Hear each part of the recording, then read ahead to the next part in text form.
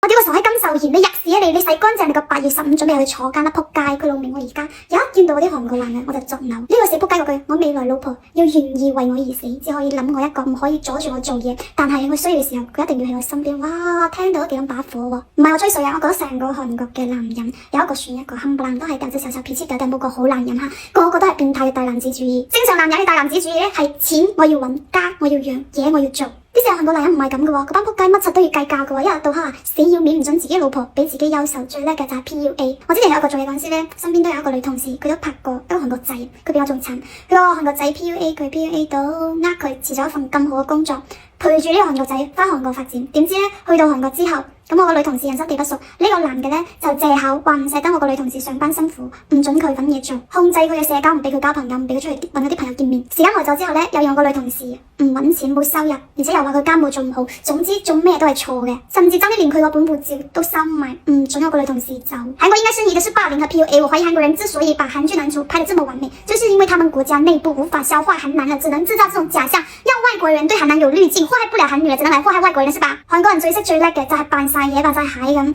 咁啱開始，我決定同我個韓國前任仆街喺一齊之前呢，我已經觀察咗佢半年啦。本友問我嘅眼神咁閪犀利，我咁閪識人，我都未發覺到佢有一啲啲嘅不同，佢從嚟未表現出一啲嘅大男子主義，就係非常之正常、真誠，甚至好 gentleman。佢帶我見過好多佢嘅朋友，甚至佢餐廳隔籬嘅其他店鋪老細，甚至於佢去教堂個神父，個個都讚晒佢，佢啲氣好到啊！我哋共同識嘅人一聽到我飛咗佢，都以為係我有問題，都覺得佢咁好樣，我點會捨得分呢？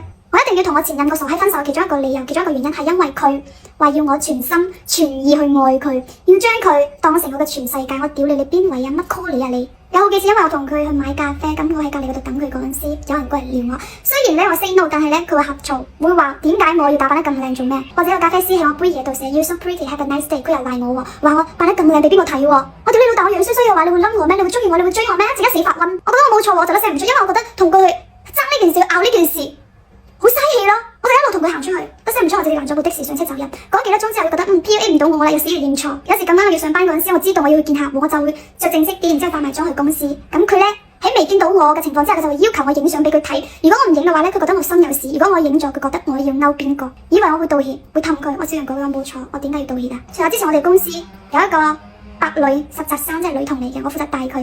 點知帶下咧個女仔有日咧問我要 ins， 跟住咧喺我幾百條動態度條條點讚，仲發評論，跟住俾條粉腸 check 到咗。佢問都唔問我先，直接跑去私信個女仔話人哋咩意思。以前我同基佬一齊出差，佢唔俾我去，有時打唔到車，我嗌我老細司機嚟接我落班。佢見到我從一部豪華靚車度落嚟，佢要我辭職。總之因為佢自卑嘅大男子主義，我哋嘈過好幾次。最搞笑嘅係佢老母見佢咁緊張我。佢老母眼冤向我嘈喎，我記得嗰次佢老母見我哋兩個輸咗成個禮拜冇嘈交，佢就趁我前任喺我餐廳入邊個後廚嗰度備餐備客人嗰時，偷偷地拉埋我去個角落頭嗰度，問我公司有冇人追我，有冇人溝我，即係仲話當係閨蜜之間咧傾閒嘅，絕對唔會同佢仔即係同我個前任講嘅。我就直實講我有咯，但係咧我都拒絕晒，點知佢即時發個KakaoTalk托俾佢個仔，即係我前任，我前任合作直接攞住個波炮就衝咗出嚟，怒龜啊，佢男仔怒龜啊！我屌那聲，我同餐廳嗰度嘅等緊菜有啲係圍住晒，佢對住波男炮就啲麻子就一路流落嚟，落落個地下度，我企喺度，佢一激動將男仔就飛我呢度嚟，我話 what the fuck， 佢話我居然對佢爆粗更加激動，睇佢似好似要將成棵個菜抌埋我度嚟，我就即刻咁跳落個梳化上邊，